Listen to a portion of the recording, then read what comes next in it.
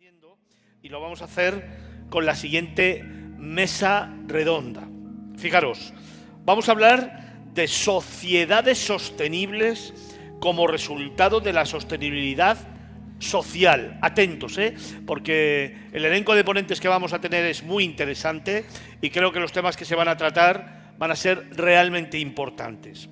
Van a acompañarme como ponentes Roque Calero Pérez, que es catedrático del Departamento de Ingeniería Mecánica de la Universidad de Las Palmas de Gran Canaria, que no sé si lo tengo por aquí ya. ¿Lo tengo? Pues venga, ven para acá, siéntate por favor y un fuerte aplauso para él.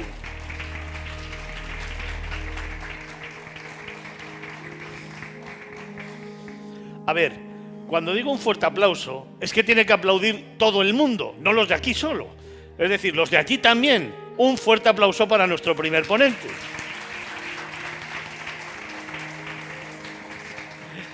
También va a acompañarnos Elena Acosta Guerrero, de Casa de Colón e historiadora cultural. Adelante.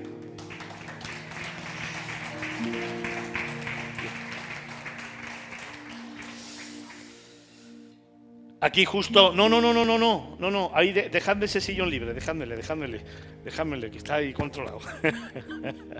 También nos va a acompañar José Luis Pérez Pont, que es el director de la candidatura de Las Palmas de Gran Canaria a Capital Europea de la Cultura.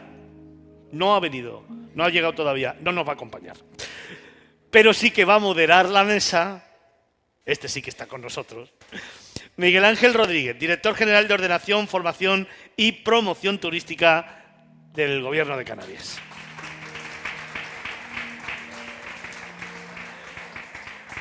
Adelante, Miguel Ángel. Venga, vamos con ello. Buenos días de nuevo. No se asusten, no voy a hablar más. No sé si he hablado ya más de la cuenta, creo que no.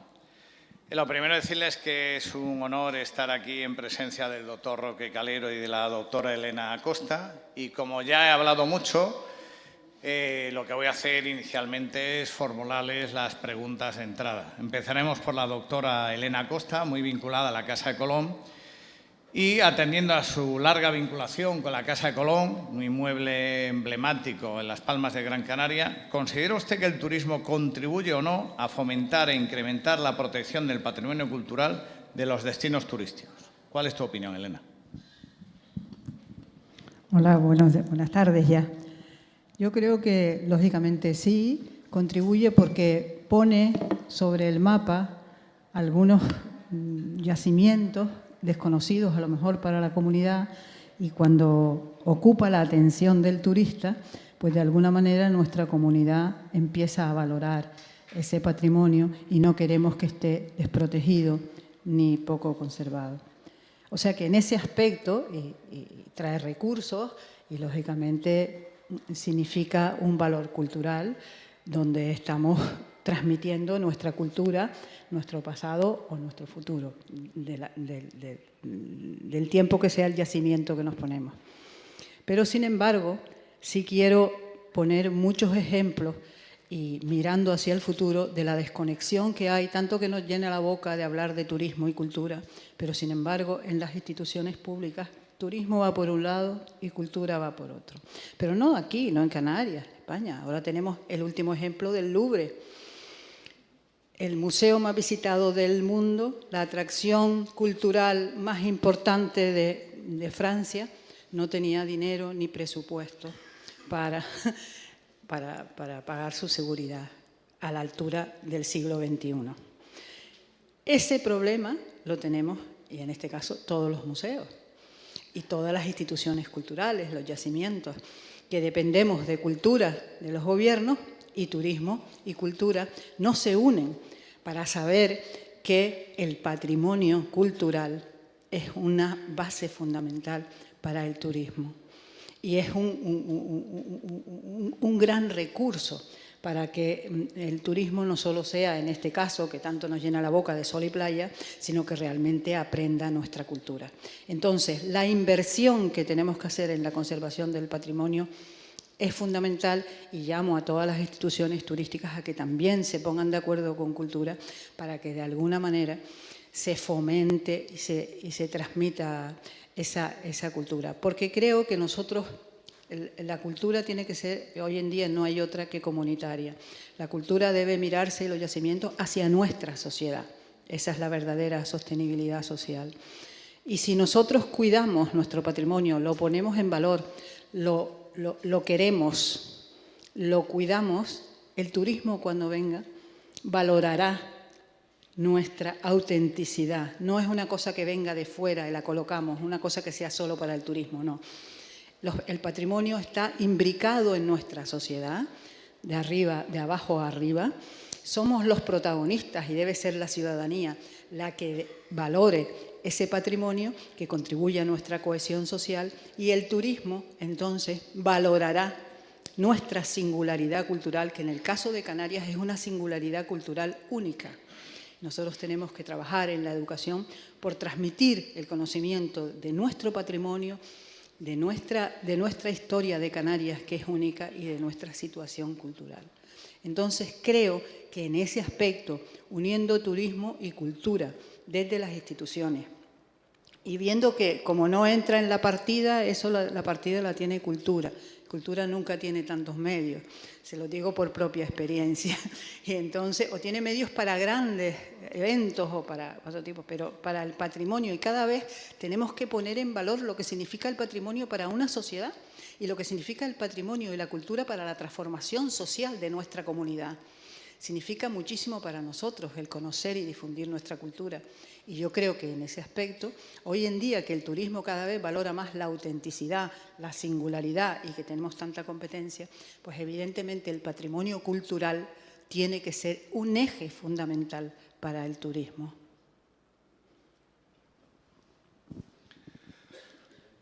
Como les decía, nos acompaña el doctor Roque Calero. El doctor Roque Calero ha hecho infinidad de cosas, pero sobre todo en los últimos años trabaja en temas de planificación estratégica y en su aplicación al sector turístico. Es una persona con el conocimiento y la autoridad adecuadas para responder a una pregunta que es políticamente incorrecta.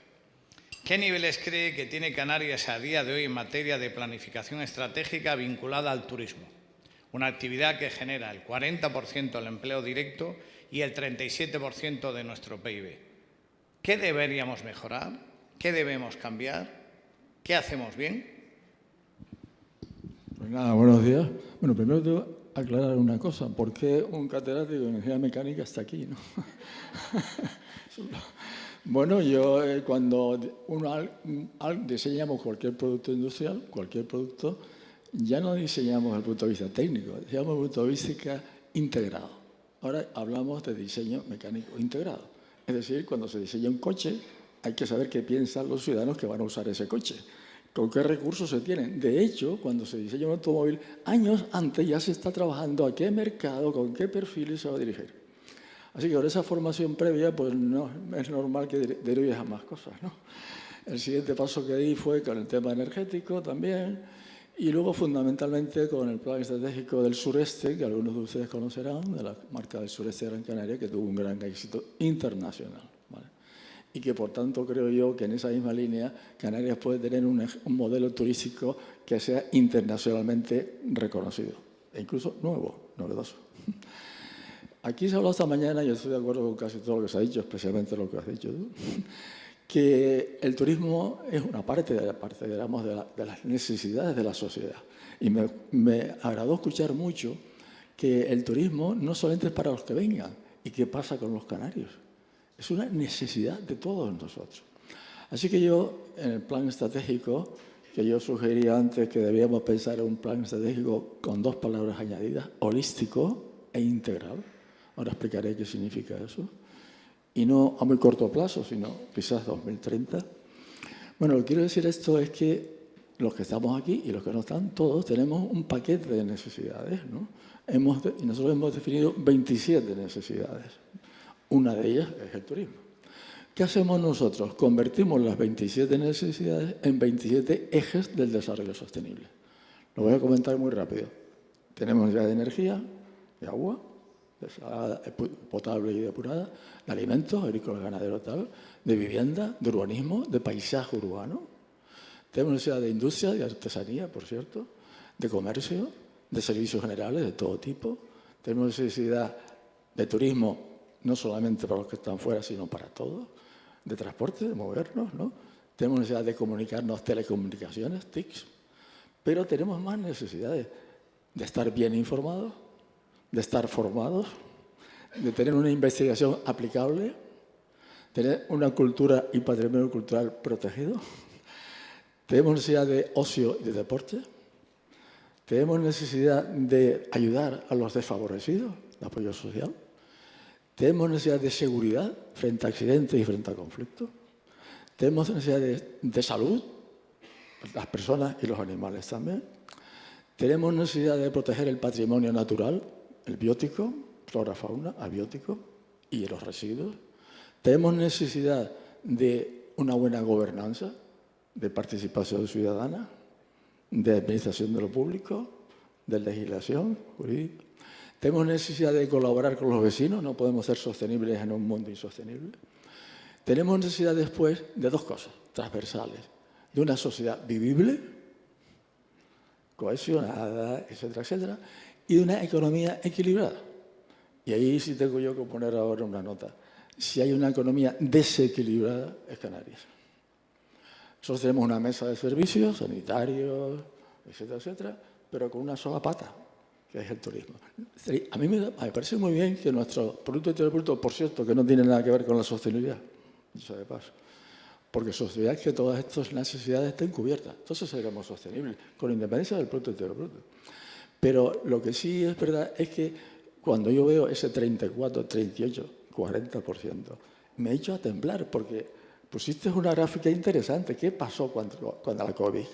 ¿Qué pasó en esos 2 años? Que nos derrumbamos.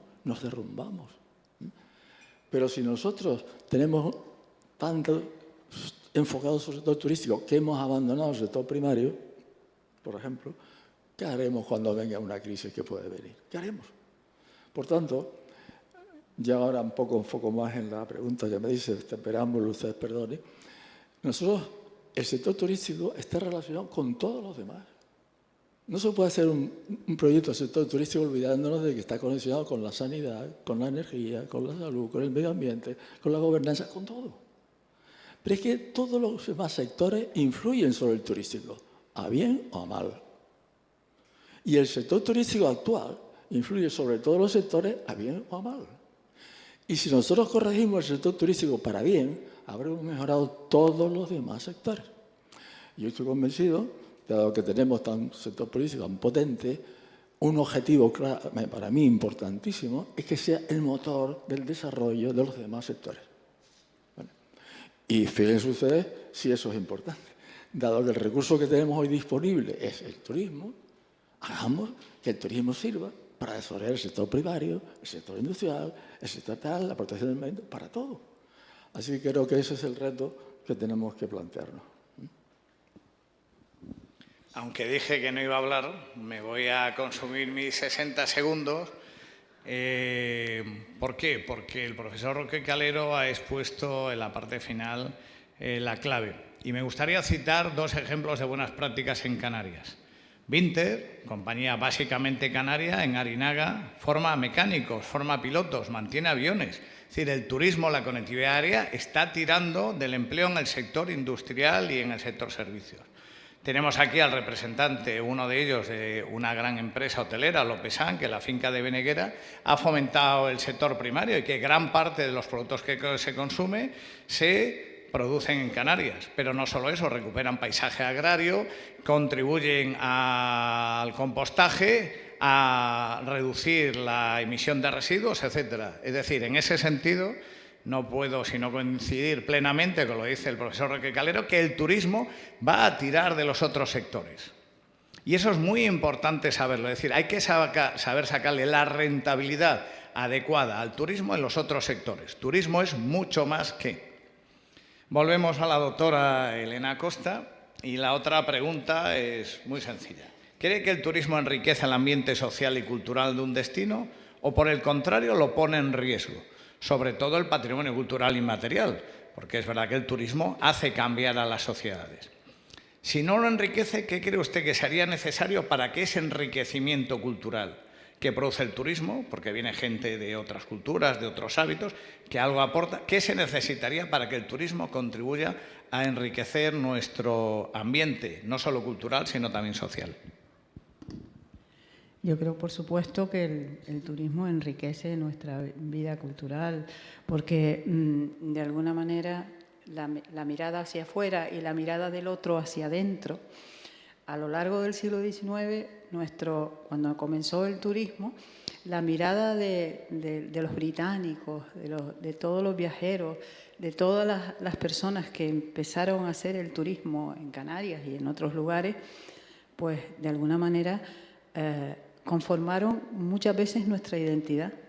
Porque si miramos un poco esa historia, aquí se hizo un turismo médico, pero también un turismo que la historia natural de las Islas Canarias de Webb y Berthelot la hicieron unos científicos que vinieron a estudiar el medio ambiente canario.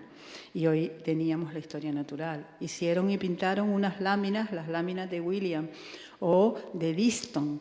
Y hoy en día conocemos nuestra historia a través de esas personas y viajeros y científicos y primeros turistas que vinieron a pasar unas temporadas a Canarias, que constituyeron y han constituido nuestra propia identidad. Porque esa mirada del otro ha constituido una identidad propia. Incluso dibujaron en las estampas de William cómo eran las vestimentas, y hoy en día, cuando queremos hacer la vestimenta de los canarios, nos fijamos en esos dibujos que pintaron unos extranjeros sobre nosotros. Pero eso también tiene un peligro. Eso también tiene un peligro, porque nosotros nos subestimamos como síndrome de pueblo colonizado y miramos hacia afuera como si fuera lo único que vale. Y contra eso tenemos que luchar. Tenemos que empoderarnos en nuestra cultura, en educarnos, en conocerla, como decía antes, para que realmente ese diálogo con la cultura externa sea de igual a igual. Es un diálogo que tenemos que tener, no como aquello que hacemos solo para el turista. Muchas de las veces oigo que está sucia una calle o está sucia la entrada de los cruceros. ¿Qué van a pensar los turistas? No, eso debe estar limpio para nosotros. No, como decía antes, nuestro patrimonio lo tenemos que cuidar para nosotros, porque somos los dueños de ese patrimonio. Toda la ciudadanía es la dueña de los museos y la dueña del patrimonio. No son las instituciones ni los directores de los museos, somos todos nosotros los que pagamos los impuestos y los que somos los dueños de nuestro patrimonio. Y eso no lo tenemos que creer. Nos tenemos que creer que somos los dueños activos, que tenemos un patrimonio, como decía antes, único y singular, porque las Islas Canarias son únicas y singulares y nos lo tenemos que creer, y sobre todo para eso conocerlo, conocer nuestra historia, conocer, en el caso del turismo, cuál es la historia del turismo. Ayer presenté un libro al cual les recomiendo, que se llama Expediciones Científicas y los inicios del turismo en Canarias, Expediciones Científicas Inglesas, de Nicolás González Lemos. Es un libro póstumo, se los recomiendo porque cuenta todo el inicio de los primeros viajes, desde Humboldt, Darwin, todas las mediciones del Teide, todas las visitas, todo lo que contaron de Canarias, aunque Canarias, como ha sido un enclave estratégico durante mucho tiempo, el primer viajero y el primero que habló no viajero fue Plinio, que habló Boccaccio. O sea, siempre hemos estado en la literatura o en los viajes del otro, el otro que nos mira. Y como somos un pueblo pequeño y no rico y apartado, nos ha dado un síndrome de ese del otro. Entonces, yo creo que lo que es fundamental para que nosotros dialoguemos de igual a igual es asumir que tenemos una cultura importante y, aunque no lo fuera, es la nuestra. Y la nuestra tenemos que cuidarla, tenemos que investigarla y tenemos que difundirla y hablar de igual a igual con el resto de las culturas que vienen, que las asumimos, porque nosotros, lógicamente, la historia de Canarias es un conjunto de culturas que han venido. Tenemos una influencia inglesa fuertísima, alemana, o sea, nos hemos constituido como un crisol de culturas que forman parte de nuestra personalidad. Entonces, tenemos que asumir que somos ese conjunto de culturas, castellana, andaluza, inglesa, etc. Entonces, eso es lo que somos nosotros. Somos un pueblo que saltó del neolítico a la edad moderna por la conquista castellana, y eso también nos da una personalidad que nos une un poco a los pueblos latinoamericanos. Esa atlanticidad, esa unión con Latinoamérica que tenemos es porque nos pasó eso también a nosotros.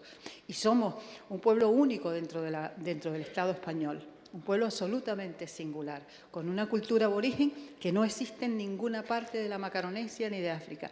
Una cultura única. Entonces, creámoslo, nos lo tenemos que creer. Nos tenemos que creer eso de nosotros mismos con rigor, sin ningún tipo de hipérboles ni de nada, sino saber dónde estamos, quiénes somos, científicamente hablando, y tener ese sentido en la educación y en la cultura para dialogar con la misma altura con los otros pueblos que nos vienen. Y entonces eso no sería alguien que viene de fuera y que viene el turismo y nosotros somos los pobrecitos indígenas que recibimos. No, no, no.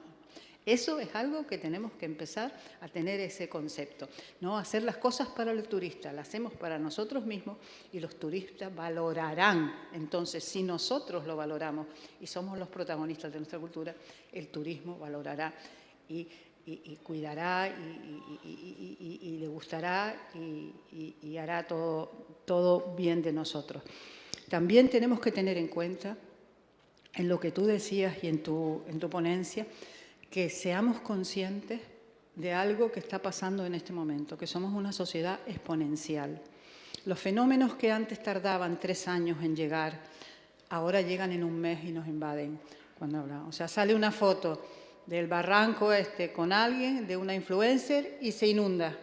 Se inunda el Teide, se inunda tal. Y no estamos preparados, o la Casa de Colón, o cualquier museo, o lo que estábamos hablando del Louvre, y no estamos preparados para dar respuesta a esa invasión que tú decías. Tenemos que pensar para que la sostenibilidad del turismo sea realmente una realidad. Y por eso tenemos que ser conscientes de estos fenómenos exponenciales que nos están pasando. Y nosotros somos un territorio frágil e insular. Tampoco lo olvidemos. ¿No? Pero frágil e insular. Y eso lo tenemos que tener en cuenta. No sé si...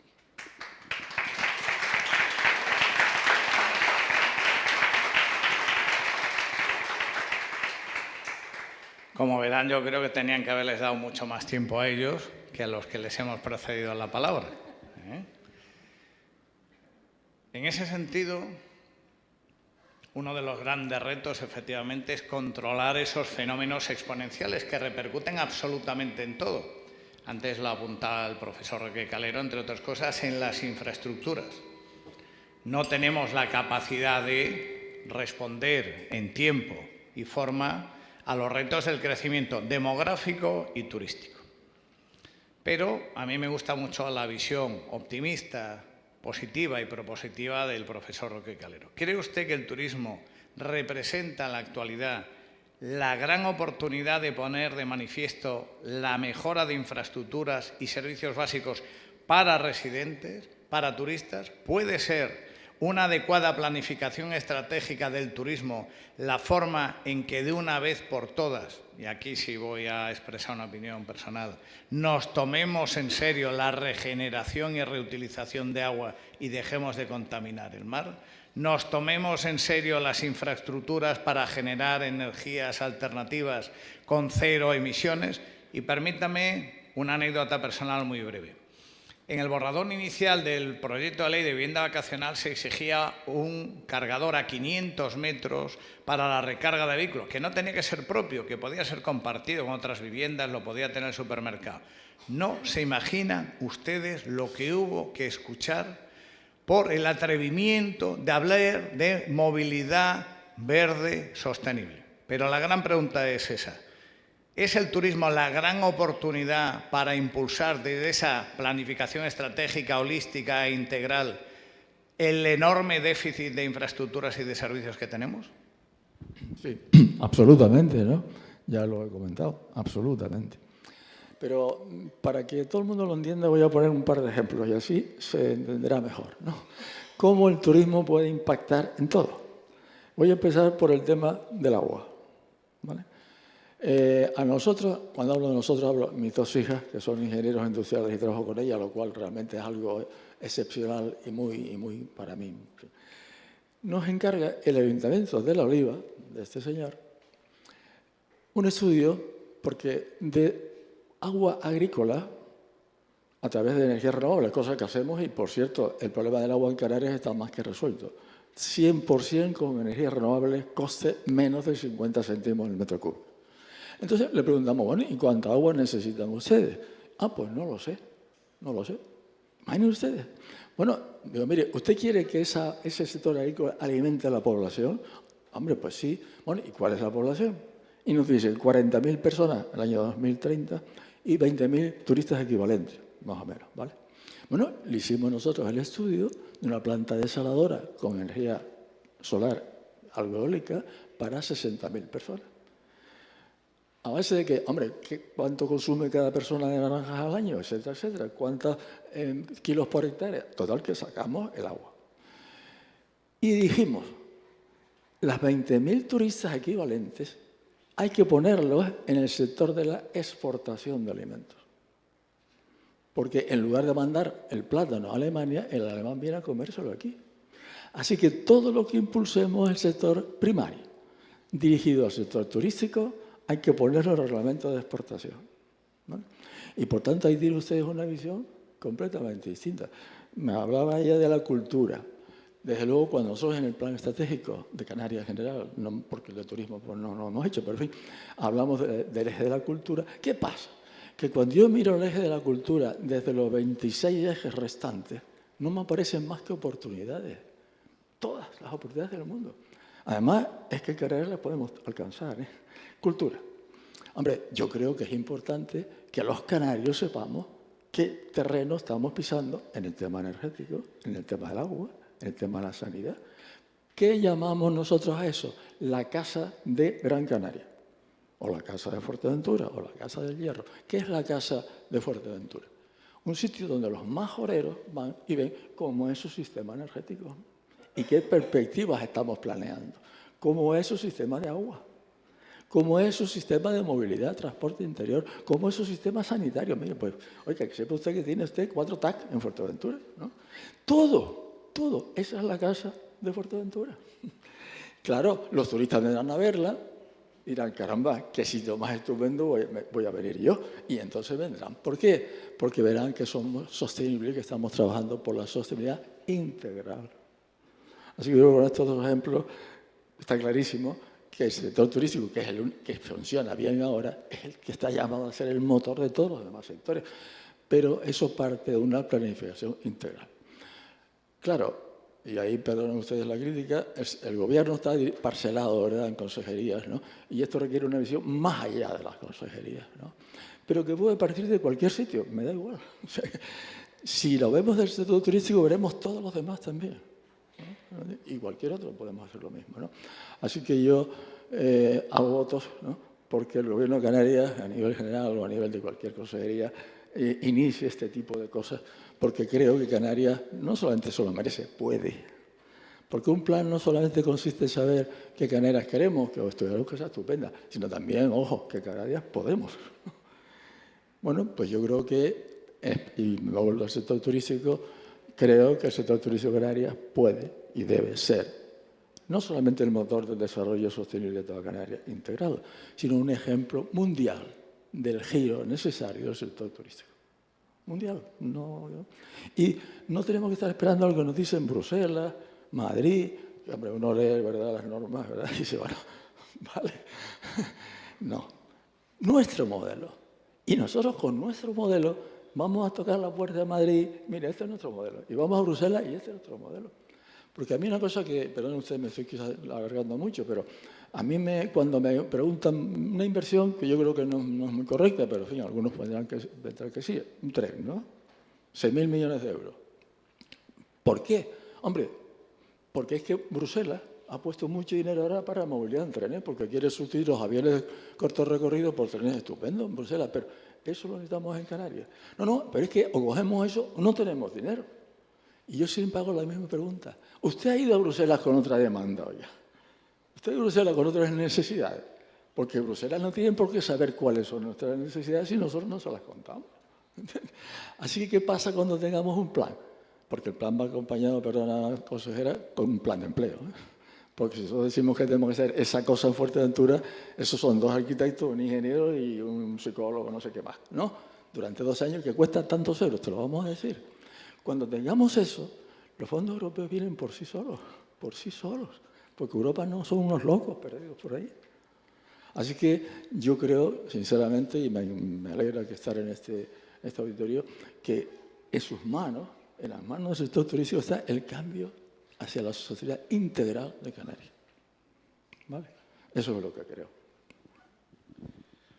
Respetando la confidencialidad de una conversación que teníamos ayer, le preguntaban a la consejera de Turismo, desde ámbitos continentales, si Canarias estaría dispuesta a ser la experiencia piloto de un proyecto, una idea que no puedo contar, que debería replicarse a nivel global.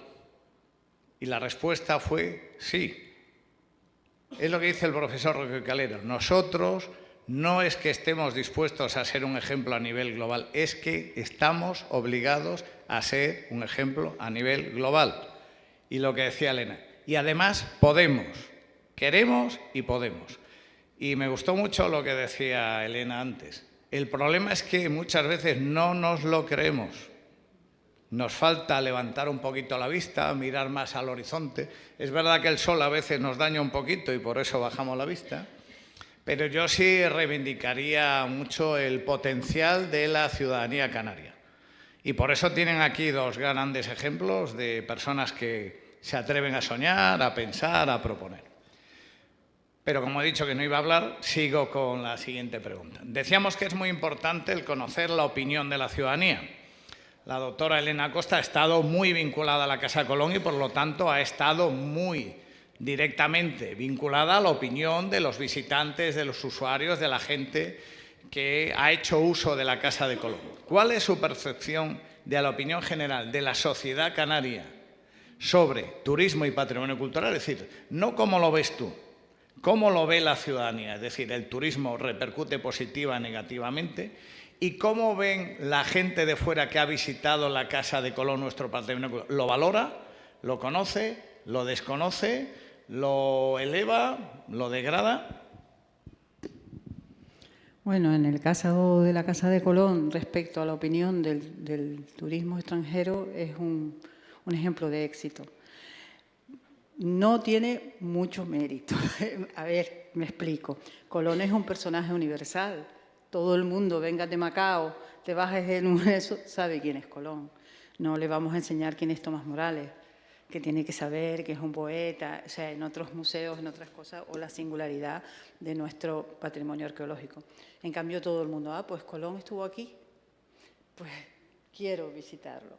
Y les parece pues una cosa muy curiosa de que las Islas Canarias fueran un lugar de paso. Y después pues es un edificio singular que está situado en el casco histórico detrás de la catedral. Todo el mundo visita el casco histórico de Vegueta, la ciudad de Las Palmas de Gran Canaria, y entra en la Casa de Colón.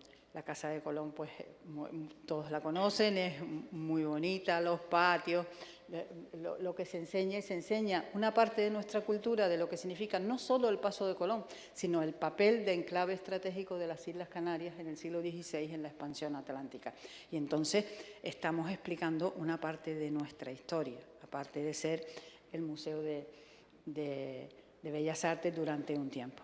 Entonces, realmente, la Casa de Colón para el turista extranjero es... aparte de la playa de las Canteras y tal, es el segundo en el TripAdvisor. Es el segundo sitio de Las Palmas de Gran Canaria. O sea que tiene una alta aceptación del turista. Diferente es el canario. Porque el canario la valora como o sea, el canario que desconoce el Museo de la Casa de Colón era lo que hablábamos antes, es porque viene mucho turista, voy a verlo, porque lo conoce. Oye, pues es un sitio que debe tener un valor porque es muy visitado. Es el museo más visitado de Las Palmas de Gran Canaria, entonces recibíamos muchas opiniones de gente que decía, yo no había venido desde el colegio y vengo ahora, qué bien está y tal. Y entonces la política que tenemos con los canarios en la Casa de Colón, la que hemos tenido, la que sigue teniendo el museo, es no solo que se quede en las visitas de los colegios, sino que, como lo que decía antes, tenemos que dialogar con nuestra comunidad y nuestra comunidad se tiene que sentir orgullosa y tener autoestima de su patrimonio, de visitar y usar el museo, que como el asalto a la Bastilla, la ciudadanía tiene que asaltar el patrimonio en el buen sentido de la palabra para sentir lo suyo, para sentir que nosotros se los estamos guardando, pero que ese patrimonio es de todos y de todas. Entonces, esa ha sido una política, como la Casa de Colón tiene una actividad, una biblioteca y una actividad cultural de ediciones, de cursos, de todo ese tipo de cosas, pues el que viene a ver nuestras actividades o el que viene a hacer las actividades tiene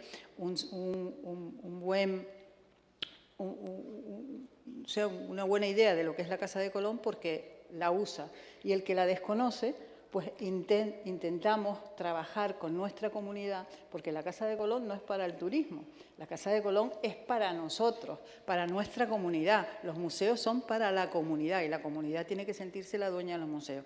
El turismo viene por añadidura y es un recurso fundamental y maravilloso porque estamos también transmitiendo nuestra cultura fuera de nuestras fronteras, o sea que también significa muchísimo que el señor alemán, el inglés y tal, conozca un poco lo que ha sido el pasado de Canarias. O sea que ambas cosas, ese es el trabajo que hemos tratado de hacer, concienciar a la ciudadanía canaria de su patrimonio, de su historia sobre todo, porque vemos que la gente no conoce la historia de Canarias. Nos parece una asignatura pendiente para ese empoderamiento que hablaba antes, o sea, conocer nuestra propia cultura y nuestra propia historia para amarla y difundirla a ese turismo. Y esa es la experiencia que tenemos, que no se queda solo en que la Casa de Colón es aquí, pues por aquí, no, es muchísimo más y es lo que hemos querido que sea la Casa de Colón, por lo menos durante mi época de directora.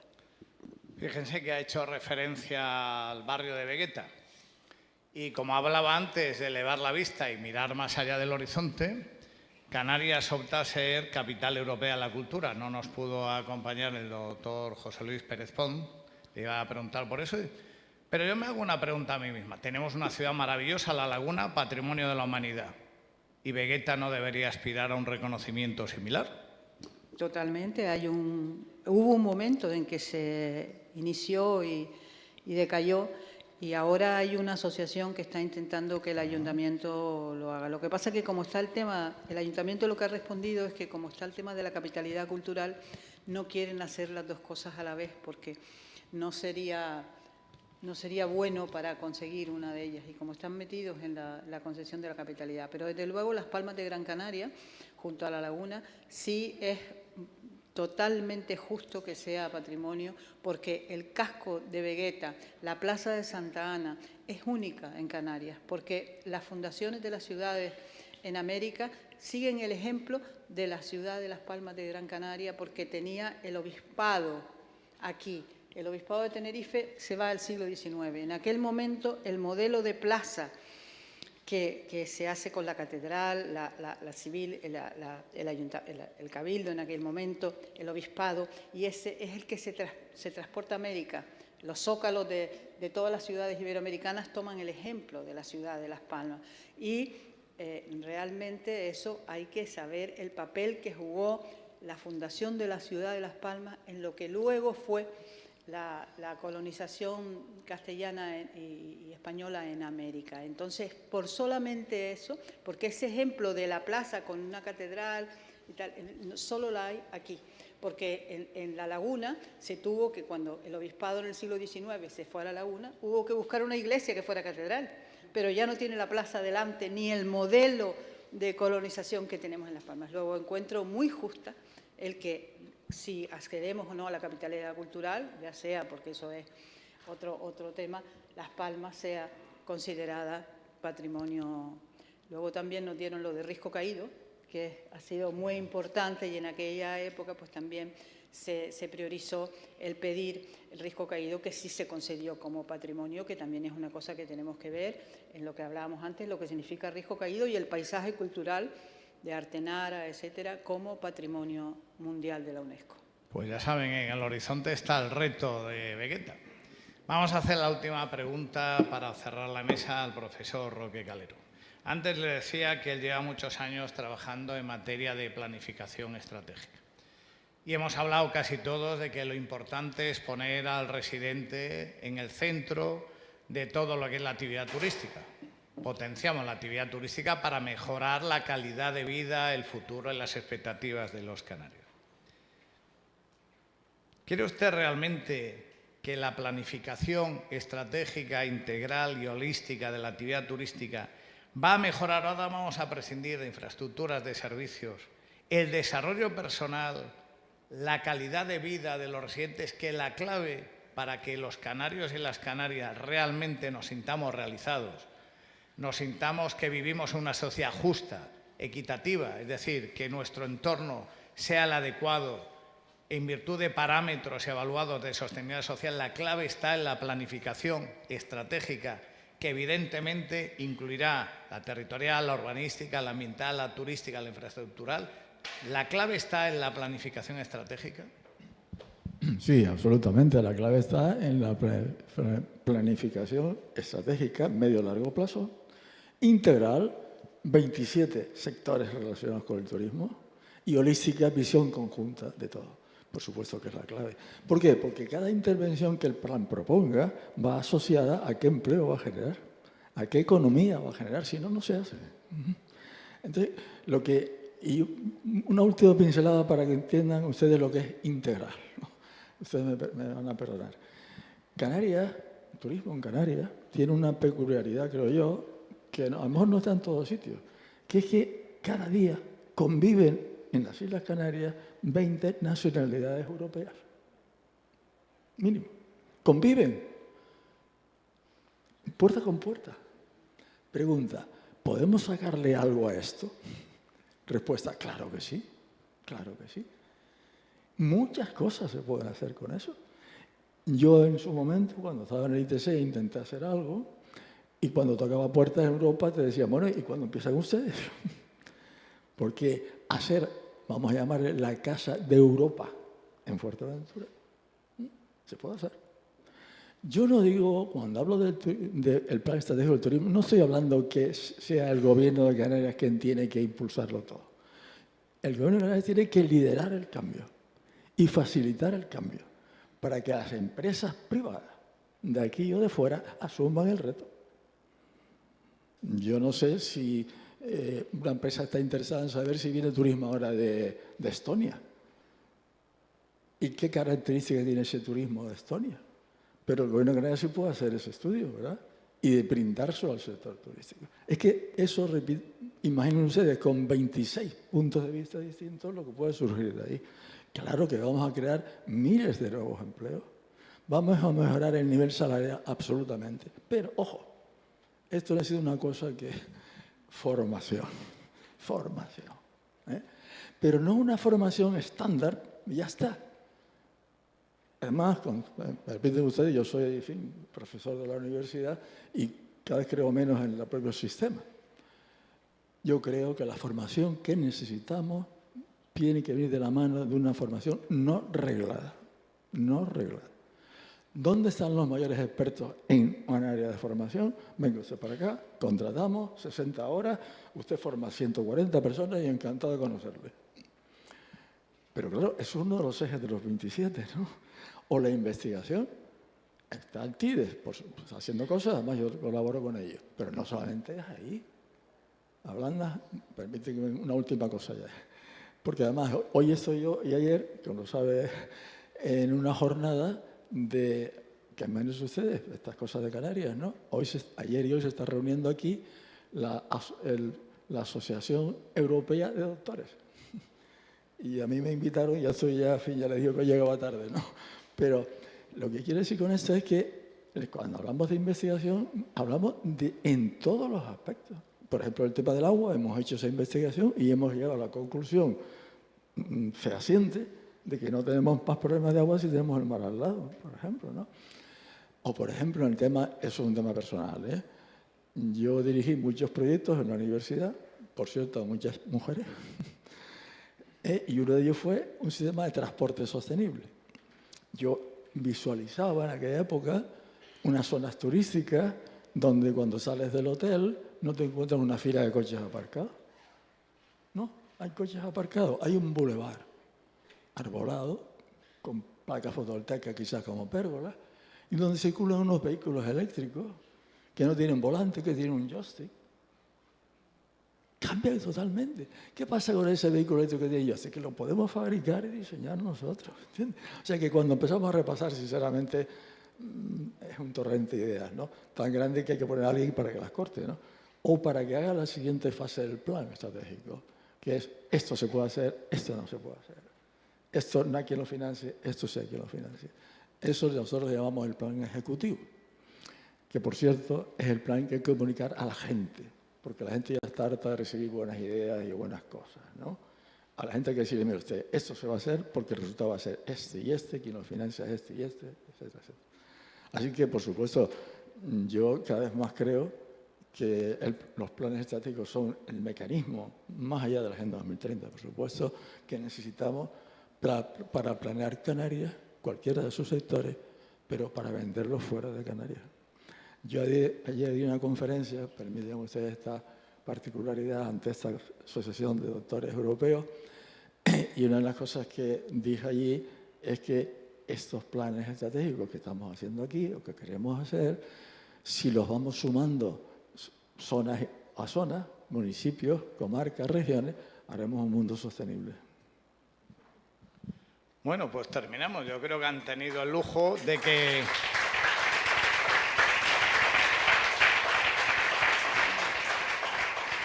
Creo que han tenido el verdadero lujo de que les inviten a soñar con ese bulevar, esos vehículos eléctricos sostenibles, con una vegueta patrimonio de la humanidad. La verdad que da gusto. Y solo un dato para que vean lo diversa que es Canarias y que el turismo no es solo sol y playa, hay turismo de salud, turismo científico, turismo de historia. Mañana el compañero Héctor Mateo va a participar en algo vinculado al enoturismo. 250 años, 250 aniversario de Bodegas El Grifo en Lanzarote. Antes lo decía Elena y yo creo que con emoción para todos, es que tenemos que presumir del mejor paisaje vitivinícola del mundo. Y si no el mejor, empatado con los 10 mejores del mundo. Y tenemos que sentirnos orgullosos de esa diversidad cultural que tenemos, inmensa, y tenemos que sentirnos orgullosos de la capacidad que tenemos de hacerlo mejor y de ser un ejemplo a nivel global. Muchas gracias.